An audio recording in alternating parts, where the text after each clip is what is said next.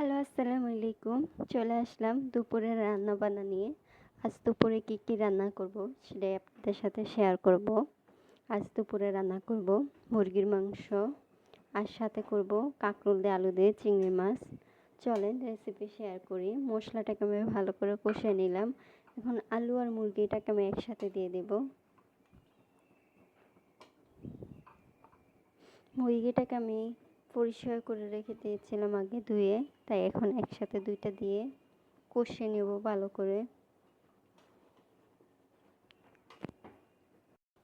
মুরগিটা পুরো কষে আসার পরে দিয়ে দেবো ঝোলটা। আপনারা ইচ্ছা করলে এমন বুনা বুনাও রাখতে পারেন, যেহেতু আমি এটাতে একটু পাতলা ঝোল করব, তা আমি ওই পরিমাণ মতো ঝোলটা দিয়ে দিলাম। এভাবে যদি কষে বুনা বুনা খেতে চান তাহলে এভাবে রাখতে পারেন বুনা বুনা করার জন্য, ওইটা আরও বেশি মজা হয় খেতে। তবে আমি একটু পাতলা ঝোল করব, যেহেতু গরম প্রচণ্ড, মশলা কমে, পাতলা ঝোলে ভালো বোনার থেকে। তাই এটা হতে থাকুক, ঢাকনা দিয়ে রাখি। এই তো আমার তরকারি রান্না শেষ। এভাবে মুরগি মাংসের পাতলা ঝোল করে খেয়ে দেখবেন। গরমে মশলা কম দিয়ে মুরগি মাংসের পাতলা ঝোলটা ভালোই লাগে। তাই এটা সোনালি মুরগি, দেশি মুরগির মতনই লাগে খেতে আর কি। তাই এখন চলে যাব কাঁকরোল দিয়ে চিংড়ি মাছ কষাতে। চলেন ওটার পুরো রেসিপি শেয়ার করব। দিয়ে দিলাম কড়াইতে তেল, আর তেল ঝাল মশলা আপনাদের ইচ্ছা, যে যেমন খায়। অনেকে একটু ঝালটা বেশি খায়, অনেকে একটু কম খায়।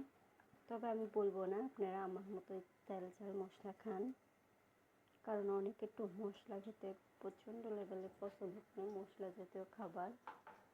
তাই এক একজনের এক এক ধরনের রান্না। তাই আমি দিয়ে দিলাম পেঁয়াজটাকে লাল লাল করে বেজে নেব। তাই এখন দিয়ে দেবো তেলের মধ্যে চিংড়ি মাছটাকে একটু ভেজে নিলে সুন্দর একটা ফ্লেভার আসে চিংড়ি মাছের। এক একজন আমি বলে দিলাম, আমি এক একজনের রান্নার ধরন এক এক রকম। যেহেতু এটাতে আমি গুঁড়ো মশলা দেবো, তাই আমি একটু পানি দিয়ে দিলাম। চিংড়ি মাছটাকে হালকা করে ভেজে এখানে আছে ধনিয়া গুঁড়া, জিরা গুঁড়া, হলুদের গুঁড়া, মরিচের গুঁড়া, আমি সব মশলা একসাথে দিয়ে দিলাম। আপনারা ইচ্ছা করলে আলাদা আলাদা চাইলে দিতে পারেন। পরিমাণটা আপনাদের ইচ্ছা মতো। আমি আমার পরিমাণ মতোই মশলা দিলাম। আমি না বেশি খাই মশলা, না কম খাই, মোটামুটি মাঝামাঝি অবস্থা আমরা মশলা খাই তরকারিতে।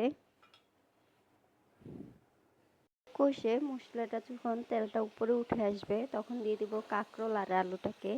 কাঁকরোল আর আলু একই সাইজ করে কেটে নিলাম, মাঝখানটা ফালি করে এভাবে কেটে নেবেন। দুইটা এক সাইজ হলে দেখতেও ভালো লাগবে, খেতেও ভালো লাগবে। তবে আমি বলবো এভাবে রান্না করে খেয়ে দেখবেন, খেতে অসম্ভব মজা হয় এই তরকারিটা। ইচ্ছে করলে আপনারা কাঁকরোল আলু দিয়ে চিংড়ি শুটকি দিয়ে ভাজিও করতে পারেন। এটাকে ঢেকে এখন কষতে রেখে দেব। একটু কষে আসলেই ঝোল দিয়ে দেব। এখন দিয়ে দেবো তরকারিতে পরিমাণ মতো ঝোল। এটা আপনার কষানিতেই হাফ সিদ্ধ হয়ে যাবে কাঁকরোলটা। ঝোল আর কাঁচামরিচ দেবেন, আর ধনিয়া পাতা তো অবশ্যই দিবেন, এটাতে ধনিয়া পাতা দিলে খেতে ভালো লাগে।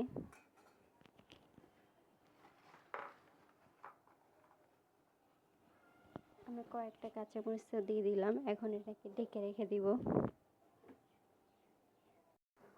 এই তো তরকারিতে দিয়ে দেবো ধনিয়া পাতা দিয়ে তরকারিটাকে কিছুক্ষণ পরে একটু ধনিয়া পাতাটাকে সিদ্ধ হতে দেবেন। সিদ্ধ হতে দিয়ে উঠিয়ে ফেলবেন। আর যেহেতু ধনিয়া পাতাটা বিলাতি ধনিয়া পাতা, গাছের, তীব্র একটা গন্ধ আছে, তাই চেষ্টা করবেন গাছের হলে একটু কমায় দিতে, মানে নিজের কাছে টবের হলে একটু কমায় দিতেন, এগুলার একটু তীব্র গন্ধ হয়। তাই আমি এই তরকারিটারও একদমই পাতলা ঝোল রাখলাম। তবে আমি বলবো এভাবে তরকারি রান্না করে অবশ্যই খাবেন।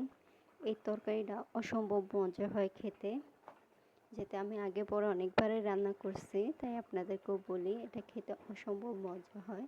এবার রান্না করে খাবেন। তাই আমার ভিডিওটা ভালো লেগে থাকে বেশি বেশি শেয়ার করে দেবেন, আর একটা লাইক দিয়ে দিবেন। তাই এখানে ভিডিওটা শেষ করছি। আসসালামু আলাইকুম।